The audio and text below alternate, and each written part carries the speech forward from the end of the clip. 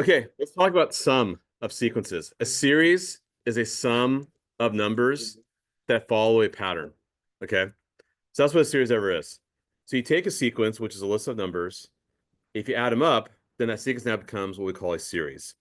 So let's look at a hypothetical scenario. This doesn't work this way, but I love this example because it helps you make sense of the formula where you can actually just memorize it and not, sorry, where you understand it and not have to memorize it. In fact, I actually did this with a bunch of like cigar educators many years ago who are very math phobic, and they totally got it. So it's actually one of my favorite lessons. I love this lesson. So let's read the blurb here. Let's assume Harmon Auditorium is designed in such a way the number of seats in each row falls in a arithmetic sequence. It doesn't happen that way. We'll just assume it does. And we know what a arithmetic sequence is, right? You add the same number over and over again, like 2, 5, 8, 11, 14, 17, 20, and so forth, right? So let's start the assumption that Harmon has 16 seats in the first row. And every consecutive row increases by 2 seats. So it goes 16, 18, 20, 22, 24, and so forth, right? Also similar to 20 rows. I know there are more than 20 rows. Or actually, maybe there are 20 rows. I don't know. But how many total seats would there be in Harmon Auditorium? Now, you could do this a few ways. You could just add them up, right?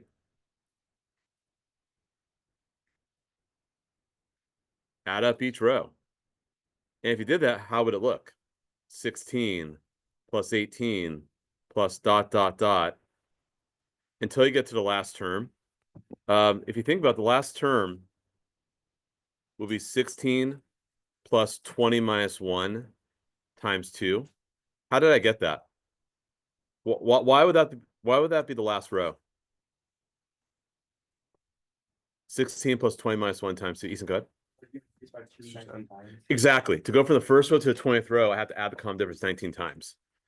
So if I do 16 plus 19 times 2. No, no, no, no. That was just Yeah, sorry. this one here. I know I made up this problem. So I know. Anyway. 16 plus 38, which is what, 54, right? So you could just add them up, use your calculator. By the way, if you do it, you should get 700.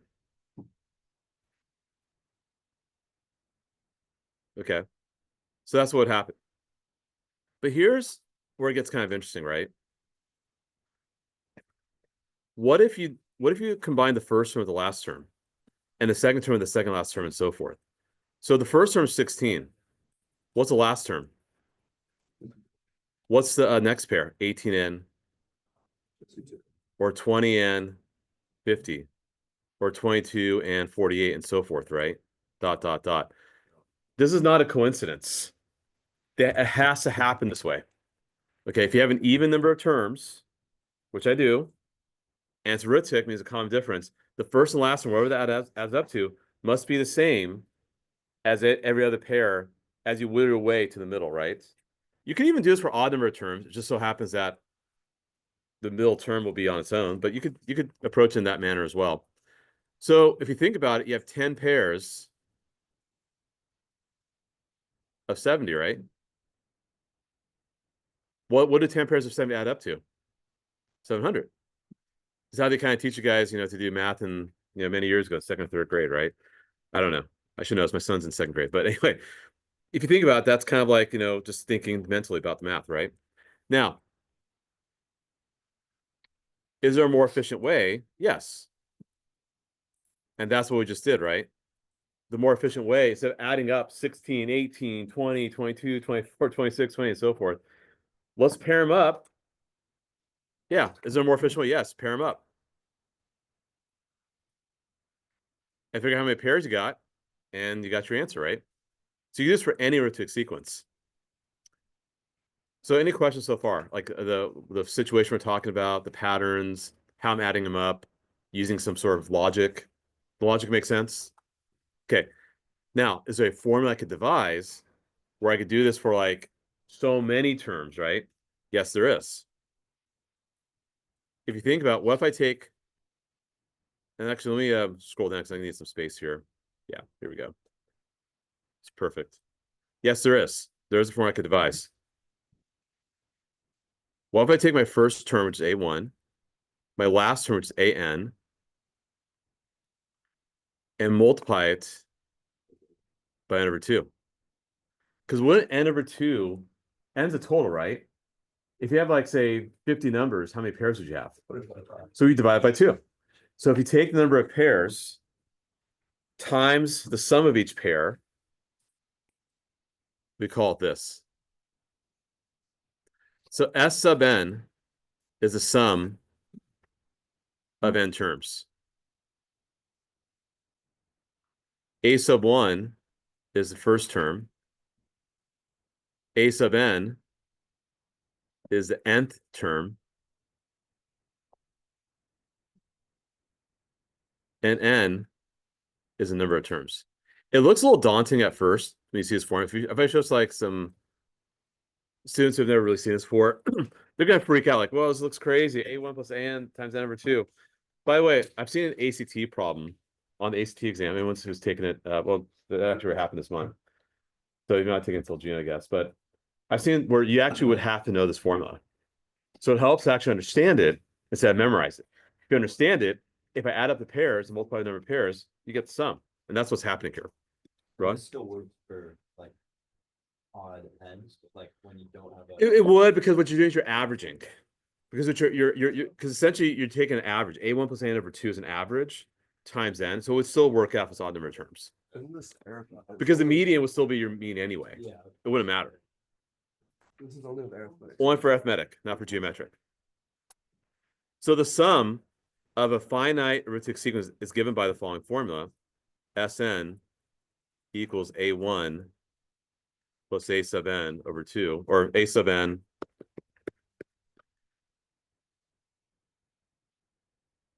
I like to write like this. You could also divide A1 plus an over 2 and then times n afterwards. You could write like that way as well. It's up to you. But that works. And why? Look at the previous page. That's why. All right, I already explained why. But if everyone needs another explanation, I could explain it again or come at a different angle. No, we're good? Cool. Okay. Oh, I gotta take attendance too. Is everyone here, by the way? 5, 7, 12. Missing somebody, no? Hold on, 5, 7, 12. No, everyone's here. Okay, good. Wow. Awesome. Hold on. Do that really fast here. Hmm.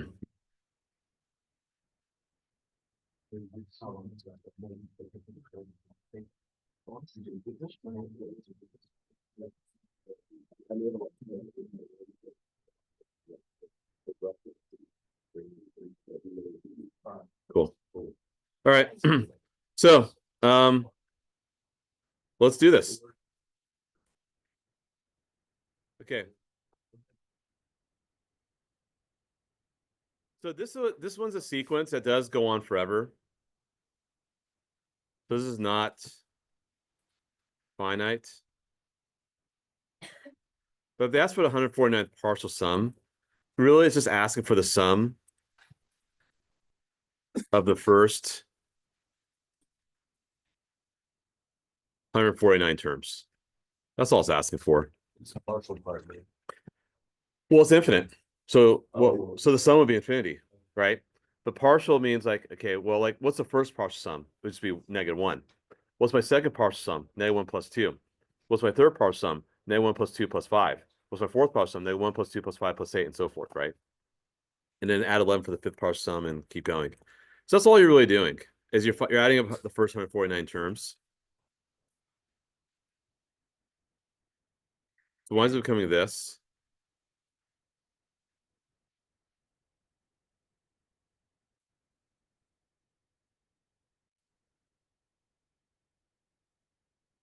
Now, of course, I have an odd number of terms, but it's okay because it's still an average. When I do A1 plus AN over 2, it's still an average.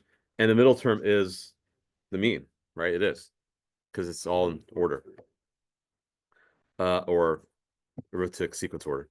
So if I work this out, what's A1? And then how would I get the 149 term? Correct.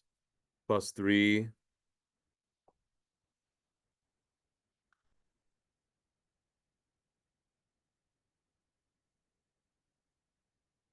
And what's that saying? 4.5? Is that saying 4.5? I think that's right. Yeah. I ran out of space. I apologize.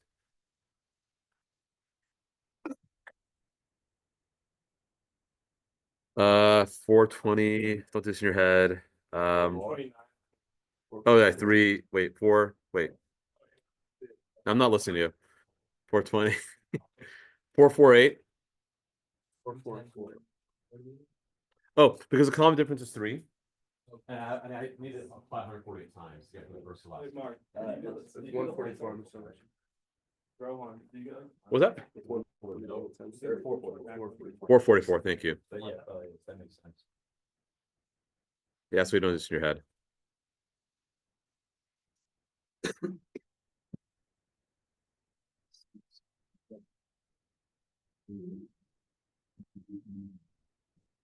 Which will be 32929. So that's all. Oh, yeah, sorry. Okay. Remark. Oh, it's all good. Now, let's talk about sigma notation. I did introduce it briefly last week. Now, the way this works, this is how you start. This is how you end. And you go in increments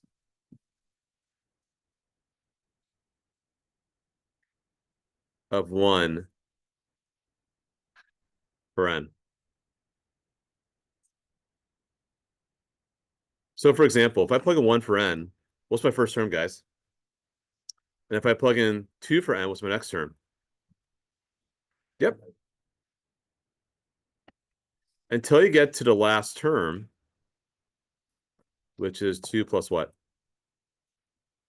7, No. or like the term is. It'd be 302, right? Yeah, but. Wait, what is not being Hold on, what is he doing? No, you're doing the pairs. Yeah. That's what you're doing. You're doing the pairs. Okay. So that's what's happening here. And actually, let me create a little separation here. Okay. So look at example 2. Again, plug in 1 for n. Easiest 3. You keep, and why am I adding 3 over and over again? Because that's the coefficient of n, right? So we recognize that, oh, this is a arithmetic series, right? The sigma stands for sum. That's a notation for sum. So you're summing all this up. And the way you interpret this, it's literally this is Greek. When we say, jokingly say, oh, math like Greek is confusing. It is confusing, but if you understand its language, hey, that's the first, that's where you start. That's where end. By the way, you don't always have to start at n equals 1. I could say, hey, start at n equals 4. If I want to be crazy, I could have done that. If I want to choose like a crazy number here, I could have. But you do whole numbers here. You tend to do whole numbers here. And yeah, you just plug it in to n. And you're gonna add all this up. Now, would you want to add up? Would you want to compute 100 of these numbers and add them up? No. If you look for the pattern, we know it's real quick. What's the first term? What's the last term? How many pairs do I got? 50. Yeah, good. So you're gonna do 307.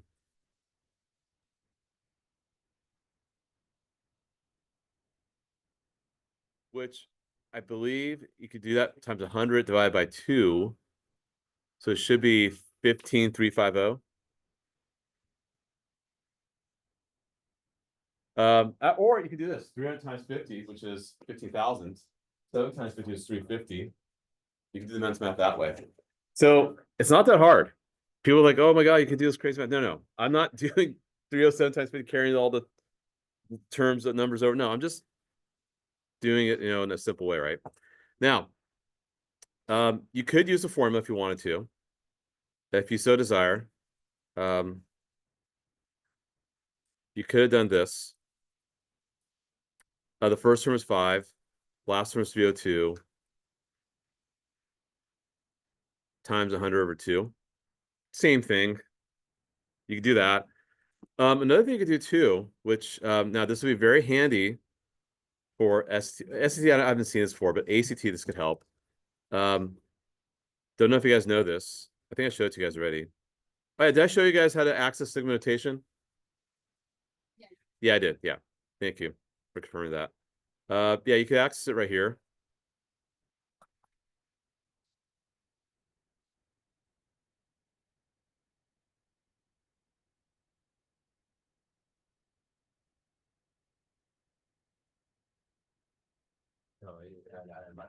So alpha window, option 2.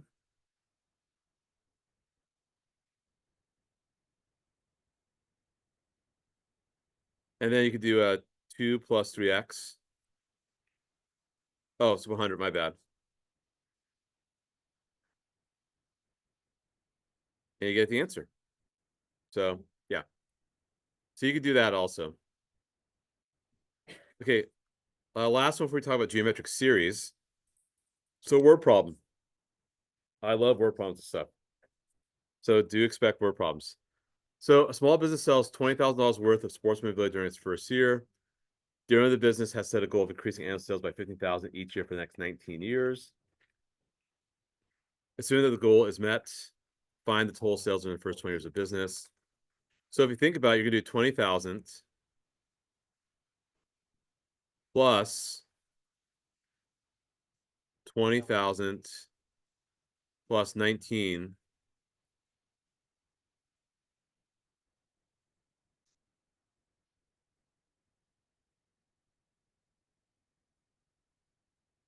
Right, because wouldn't this, and I'll put this in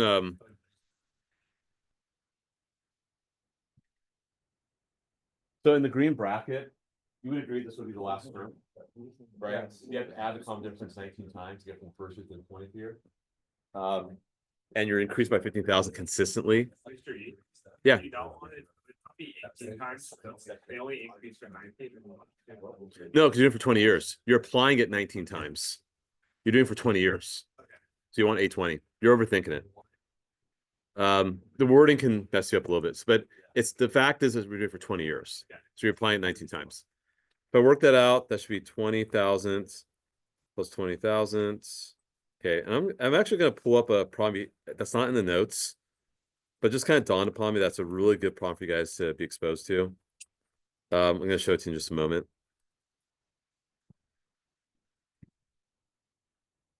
So about $3.25 million. Okay, great. Okay, let's try this one. This is a really good one. I think it's right here.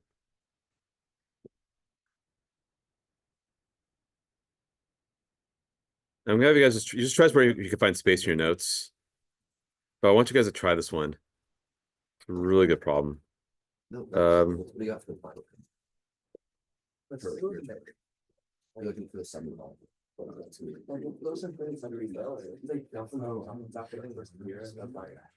Actually, hold on. It might be here. False alarm. Hold on.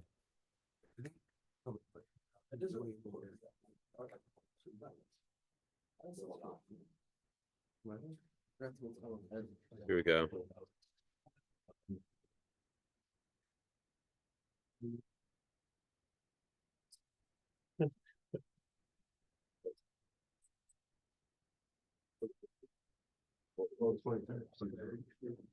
Aha, found it. Hey guys, try this problem here. This is a good challenge problem. I don't have the notes, I apologize. So if you just find any blank space. So the sum of the first 30 terms is 32.25. That's a sum. The common difference is 7. All you're told. Find me A1. Nope. Find the first term. This is a challenge problem.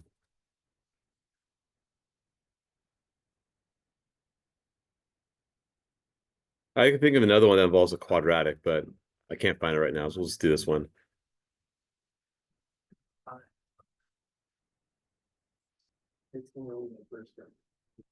Can you?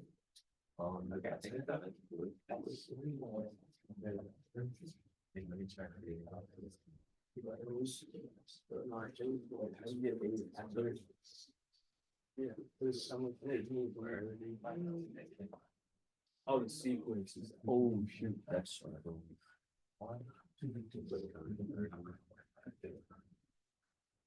You guys see that makes sense? Oh, that's S. That's where the formula can really be your best friend in a way, because yes, I'm memorize the formula, but I understand it. So I was able to recall it pretty fast. We know that the first term plus the last term times the number of pairs should get my sum, right? We know that concept now. The first one I don't know. Last one I don't know. But how's the last term related to the first term? That's a relationship. That's an expression. That's an equation, right? Equation of relationships. First, you guys get 6? I think so. I don't know.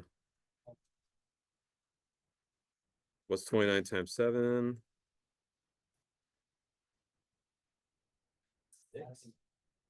Yeah. 32.25 divided by 15.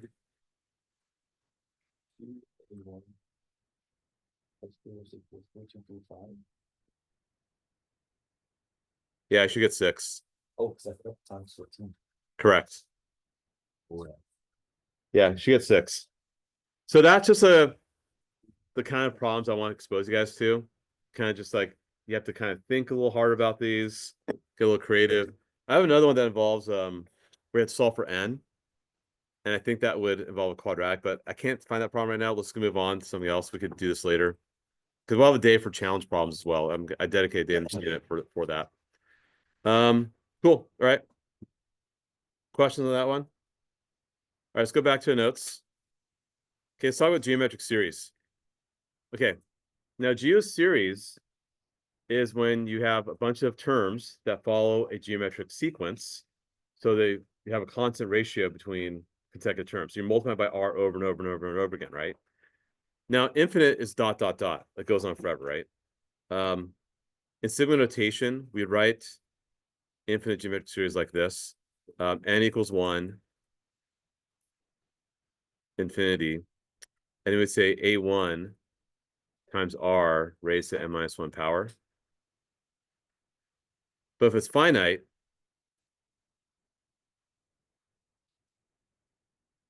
n equals 1, and I'll call it like, say, I don't know, we call like, oh, actually, it would just be n, duh, of course, I'm tripping.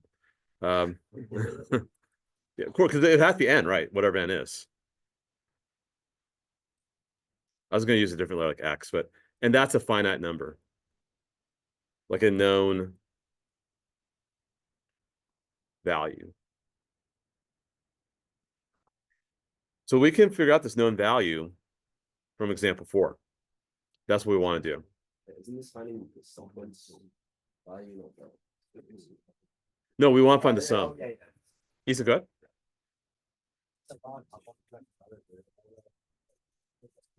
No, it's gonna be a number. It's gonna be like whatever, how many terms I want.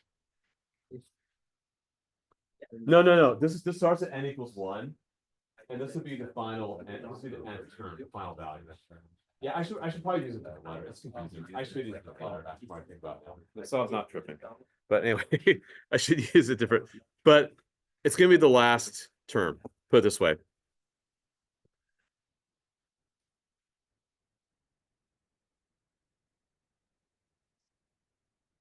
Not the nth value, but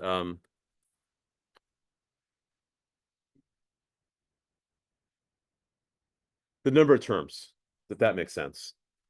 So for part A, just by looking at it initially, I don't know how many terms I got, right? It's not quite clear how many terms I have, but I do know the first term is 1. What's my common ratio? 2. So if you think about, if I do 128 divided by 1 equals r to the n minus 1 value, right? I could do that. Oh, what's my r? It's 2, sorry. 2. So if you think about it, 128 is 2 to what power? Do we know what 2 to what power is? 7. Good. Yep.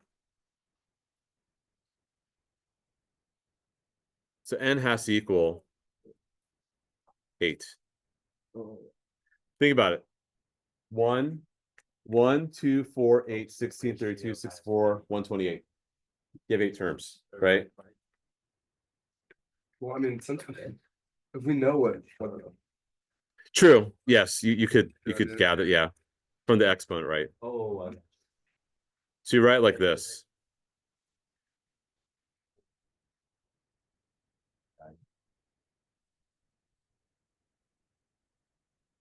So you write like that.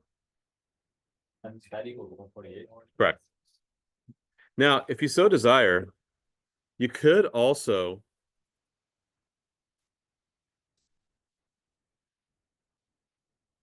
write like this too.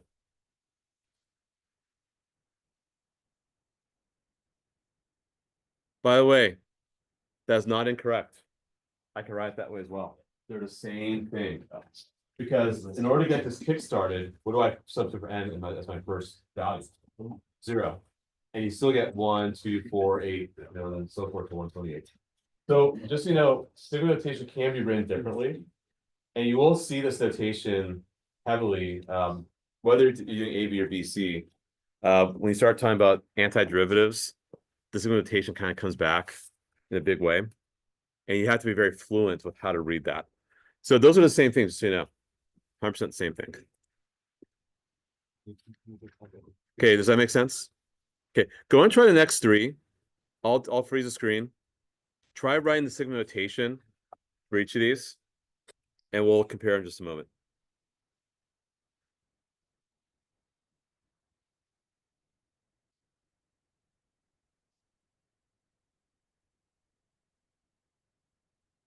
And if you want as a general way, always start with n equals 1. I don't really care.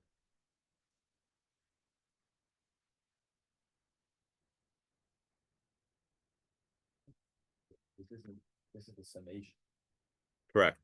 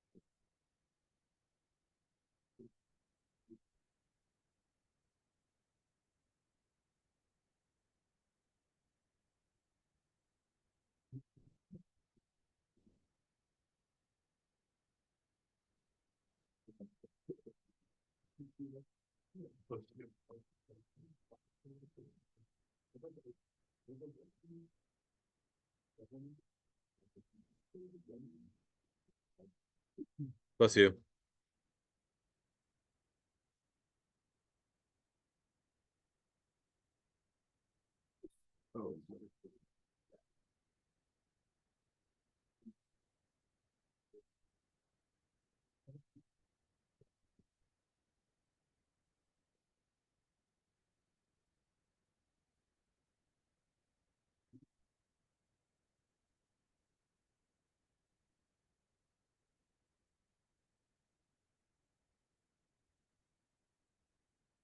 All right. I think I got it.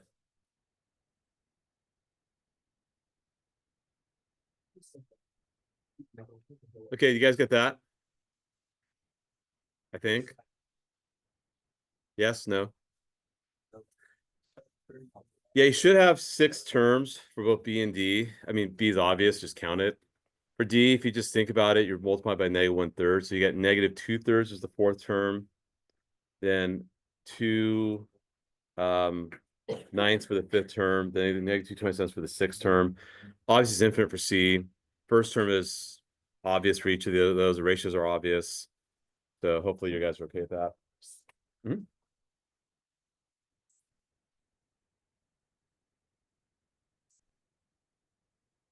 No, you want to write infinity. Yeah, because you want to show it's going forever. Yes. Yeah. Okay. Cool. We're good? Wait, how do you get to How do you get the ratio of D? Just divide the second by the first term. Oh, Oh. the second. I thought you were doing the last term by the first term. That doesn't make sense. Yeah, I need to get connected though. So App. do you, Hold like, on. once you have that, What did I like, just do here? What? Why is it switching to HDMI? Um, Hold on. but like you just have to. Oh, there we go. That got loose. Yeah. Hold on. What the heck? 5, 0. There we go. Yes, good. once you get. Like, how do you know that that's 6? Like, did you just live in your head, you didn't like write out your work? No, I use a calculator. Oh, okay, so I- once you get like. I divide the last term by the first term and set it equal to r raised to n minus 1 power. That one, that's the. And figure out n is.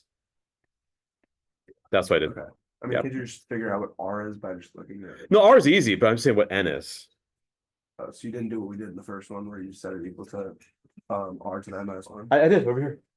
Right, so once you get to that, like, what do you put? it back to? too. So it's all right there. Yeah, yeah, but for D, like, I can't do that in my head, I don't know what.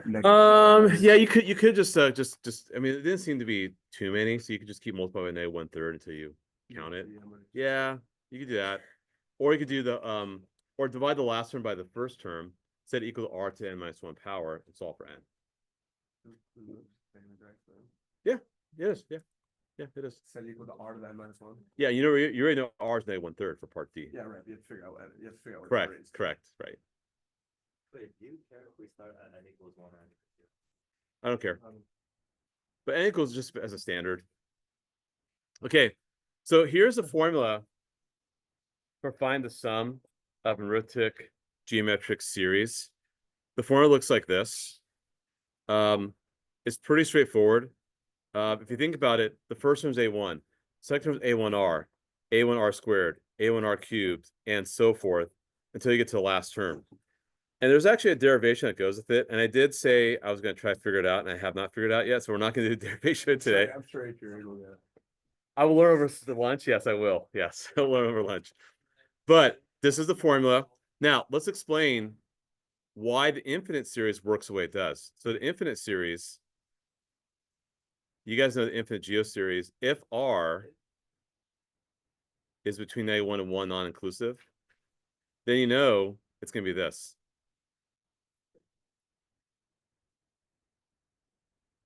And why is that? Because if you think about it, R is a fraction. R is between -1 and 1. Let's say R is 1/2, right? If I raise 1/2 to an infinite power or a large power, what happens to R, guys? It gets closer to 0, right? So that just goes away, leaving us what? A1 over 1 minus R. That's why that form of infinite geometric series, assuming R is between a1 and 1 non-inclusive, makes sense, right? So the term is derived from this. Derived from that. Now for these two examples, example 5, A and B, that should be pretty straightforward. Like, what's my first term here? Yeah, what's my ratio? And how many terms do I want? So there you go. Your sum of the first 10 terms will be 2 parentheses 1 minus -1/4 raised to the 10 power over 1 minus -1/4. That's how you actually show the work for it. Now, of course, you have a calculator that can do this. Now you know how to access in the calculator. Hit alpha window. It's second option, I believe. Yeah. You're just talking like, y'all like, 84 again. Sure, of course. We just. So you see this. Turn on the calculator. And actually, I can just repeat my previous entry. The first part is fine. Switch that to 10. Like, how do you like pull up a Alpha window. Or hit the math button, and then down below you see summation. And that's going to be 2 times, I'll put parentheses, -0.25 raised to the x minus 1 power. X. Yep. How did they get that formula? The sum. So yeah, that's the part that I said I'll have to come back to you guys on that. I know Clay's shaking his head. I know. I shortchanged you guys. You guys should get a refund on your tuition. Back in the day, you would know those answers. Yeah, back then I didn't have 3 kids either, and I had more sleep. Like back in the day, So, as in last semester. all right. We were trying to sing. Oh yeah, that's true. Yeah, I got a second fiddle. Anyway, so if you think about it, that's how the pattern has to go, right? A1, A1R, A1R squared. If you factor A1 and you get this here, you get 1 plus R plus R squared plus a bunch of junk afterwards. Yeah. Somehow, some way, this settles to where that is. And I need to think about that, how to drive that. So that I'll come back to that later with you guys. But anyway, this comes out to roughly 1.6, 1.5999, whatever, right? And it kind of makes sense because if I were to go to my calculator and do 1 minus negative 0.25, I got to put in parentheses, by the way. PEMDAS is crucially important. Raised to the 10th power. And then divide that by 1.25. And then times 2. You get the same thing. So part B would work the same way. Part B would work the same way. It'd be a 16 times parentheses 1 minus 1/2.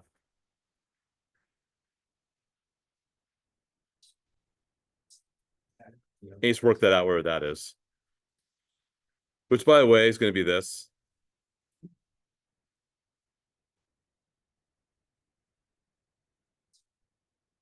Yeah.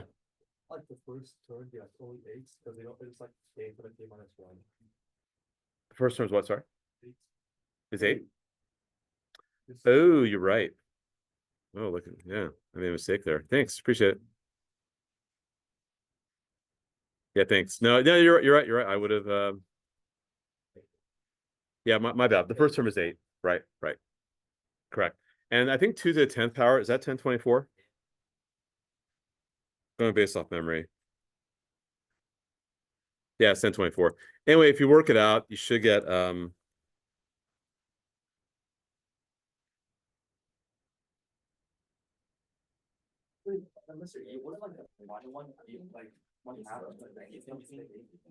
sorry, say again. Wow. Evidence to pay. No, you aren't getting this as your answer. It's close enough to 16. Yeah. What was your question, Ethan? I'm sorry. Like the final of like drop. Wouldn't it be like 1 minus 1/2? No, the formula is 1 minus R to the n power. Yeah, like in the case, it's not like shifted forward. No, but you have 10 terms though, because you're from k equals 1 to k equals 10. Yeah, you're adding up. It's pretty understand. That's why it's 10. So we have to memorize all these equations. I'll give them to you. I don't care. But all right, just some last things to do. So I apologize for the derivation part. We'll come back to it. But this is the part that's cool. This part I like a lot. Okay. Just to challenge you. Example 7 I love a lot. That's it. Actually, example 7, if anything, don't worry about, no, I can't derive the formula for you. I'm giving you good finance information, free financial information today. It's a bit politically charged. It is politically charged too. Yes, I love it. That's why I love this question. But I slammed both presidents, so I didn't just choose one. Okay. All right. No, we're doing 6 still. Let's do 6, then we'll do the fun one after that. But 6 is still fun. Okay, for 6, you're told what the sum is. I gotta figure out what n is. The sum's a large number, right? Now you could do it by trial and error, I suppose. But if I want to see the work, here's what I expect you guys to do. A5 over A2, wouldn't that be R cubed, by the way? Why is that? Why is A5 over A2 R cubed? Yeah, because you have to raise it. You have to multiply by R 3 times to go from the 2nd to the 5th term. You could use like the whole, A2 over A1 equals R10 minus 1, all that junk. But just recognize the fact that, hey, it's just some logic here. The 5th term to the 2nd term has to be R cubed. So 32 over 4 equals R cubed. 8 equals R cubed. What does R equal? Yeah. Okay. So now, if I use the formula, 8, 3, 8, 8, 6, 0, 6, equals, what would the first term be? Because I have to go backwards. It's 2. Good. Yep. 2 parentheses 1 minus 2 raised to the n power over 1 minus 2. Okay, your job's to solve for n. Okay, you can do trial and error. It's not going to be a crazy big number for n, but if you think about it, you get 8,388,606 equals -2. That's okay so far? Because the bottom's -1, right? 2 divided by -1 is -2. If you divide that large number by -2, I'm not going to do that in my head. 8,388,606 divided by 2. You get 4,194,303. Sorry, -4,194. Wait, why are you dividing? Oh, so multiply by -1 Right. in the denominator. And then Now, if I subtract 1, I should get -4,194,304. Before, no, do not do that. No, you can't log negative. Can't log negative or do negative basis. -2 to the n, figure out PEMDAS. That's -1 times 2 to the n. What's my true exponent? 2, not -2, right? Divide by -1. Then you get this. 4,194. Yes. N will be log base 2. That's why I love this problem, because it brings back old stuff. Good. You need to remember it. So times -1 log base 2 of that junk. You get 22. The answer is 22. So it's 22 terms. Again, you could have done trial and error if you wanted to and stumble upon the answer. But if I ask for an algebraic solution, I want to see this. This is what I want to see. So these are not your run-of-the-mill sequence problems. Like, I'm trying to push you guys a little bit. so log how many you were trying? Oh, there's 2. Just do a log, that's all. Wait, why does it become positive? Oh, because it's negative. Because it's -1 times that power, and you get a negative there. If you have 1 minus 2 the end of it. Yeah, but then I subtract 1 and divide by -1. Oh, that's R 3 times. Okay. Okay, last one, guys. We'll wrap up for today. Okay, this is your finance 101 for today. Okay, so I strongly recommend you do this when you finish college, save for retirement. Compounding is kind of the big thing here. I know you guys talk about compounding interest, but this is actually more realistic. So say you finish college, you're 22 and you want to retire at 40 years, right? Great. So you're making good money. And unless a certain president makes it hard to do so, or Medicare or Social Security. I'll stop being political. But say you find a job right after college, great. And you don't get laid off, you just keep working for 40 years. And let's say you're able to put away $20,000 per year of your salary. Even if you make more money, you just commit to 20,000. In fact, actually, I think some retirement accounts, they limit it about $20,000 per year. There's a limit, yeah. How much you can, because it's tax deferred. Oh. That's why. Yeah, exactly. Like 401k, like stuff like that, right? So let's say you do this for 40 years until you're ready to retire. Assume that you invest in your retirement fund that is in line with the S&P 500. The S&P 500 usually has about an 8% annual return adjusted for inflation. Thanks, Joe Biden. So I'll stop there with that. So how much will be in your retirement account when you retire? So again, you start by $20,000, right? After 1 year, exactly. Well, I've seen people like I see on gas pumps, they'll put a sticker with Joe Biden and say like, I did this or whatever. It's like, come on, it's not, oil's a different thing. But anyway, I was talking political. Okay. Okay, so let's say, so wait, how old are you? 17. Okay, so 5 years from now, you'll be done with college, right? Hopefully. Okay. Okay. So in the year 2030, crazy, Clay finishes college. He puts $20,000 in his account, right? In the year 2031, how much should he have in his account now? 20,000 times 1.08, which is what? So you should have $21,600. Okay, then at the start of the year, and by the way, the deadline for retirement savings is usually on tax day, April 15th. So for April 15th, because I gotta get some money into, lower my tax liability. So then Clay puts another 20 grand in, right? So now he has this much money in 2031, right? Now how about in 2032? So Clay's been really smart with his money, right? Actually, really smart means just don't touch it. Just let it. Ups and downs in the market happen. Don't worry. In over 40 years, we'll have like a couple wars. We'll have like 7, 8 different presidents. We'll all recover, right? It all recovers. You'll buy a house, sell a house, get married, have kids.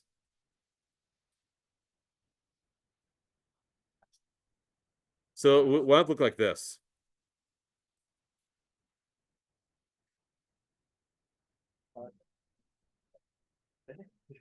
No. Hold on. That's a decimal. That's a decimal, guys.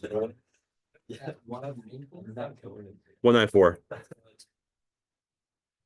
They're well addressed.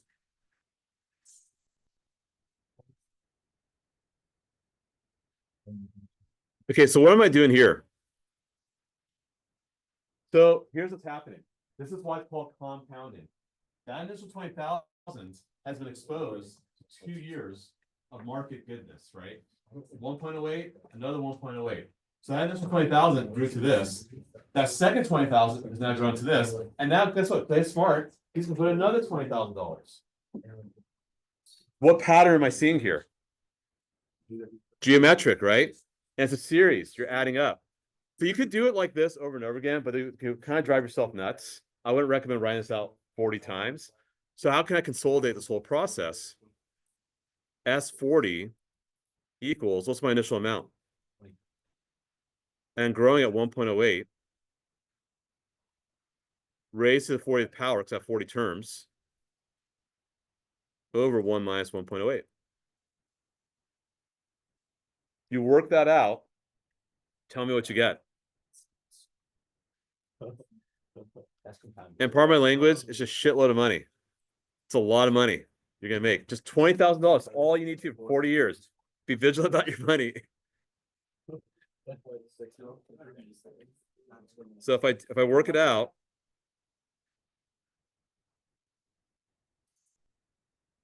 anyone have an answer for me? $5 million, dude. 51811. You can retire with that because you need about a couple $100,000 to live, and maybe you live to your 90s. How long do you want to live, Clay? Till your 100? Yeah. That's Okay, 138 years. So I think Clay will have enough money to not hit up his kids for money. Well, okay, if you live to 100, you might be kind of screwed. But anyway. But here's the thing: his money will still keep growing. But Social Security. there we go. No, his money will still keep growing because he's not going to withdraw all 5 million right away, right? He'll just take a little he needs, and the money will still keep growing as time passes. That's another form for another time. That's also assuming When that you the S&P retire- continues to grow. Or that Trump doesn't kill the world. You never But know. When you Yeah. retire, can you actually? Maybe Joe Biden. Or is it? it depends whether you do tax deferred before you contribute, or you don't do that and just let it grow tax free, or you don't get taxed or you get taxed on 20,000. So there's Roth there's a Roth IRA or a traditional IRA. Roth means you don't get taxed on the 20,000 that you deposit. So you do get taxed on it, but this grows tax deferred. Okay. Or you can do traditional where this doesn't get taxed, but then this gets taxed. It depends on the market. So one last thing. That's a lot of money. Take care of your money. Okay, example 8. What if you didn't want to do this? What if you didn't know about this? You take 20 grand. I don't know who has 20 grand cash. Maybe drug dealers do, but anyway, you take 20 grand cash and you put it underneath your bed mattress. And you do that for 40 years. How much money would you have at this point? What's better? The first one, yeah. Yeah, and plus inflation will make it even worse. Oh, yeah. It would make it, yes. Inflation adjust. So there's a book that I'm not sure if you saw on the outside of the book I was reading. I finished reading. It's called The Psychology of Money. It talks about this compounding interest, right? If you compound your money, Warren Buffett talks about it all the time. Warren Buffett actually made more of his money in his 80s than he did before because of the compounding. So that's the whole point I'm trying to make here. So anyway, I'll get off my soapbox now. So invest your money wisely. And it follows a geometric pattern. Okay, so homework is going to be this. Let me hand it out. It's going to be every other odd. So on series. And also I want you guys to do the hard problems from this packet. I'm gonna have you guys do 9 through 12. 9 through 12 not too bad. I'm gonna do 9 to 12. So that's all we're done for today. All right, bro. Are you done with this?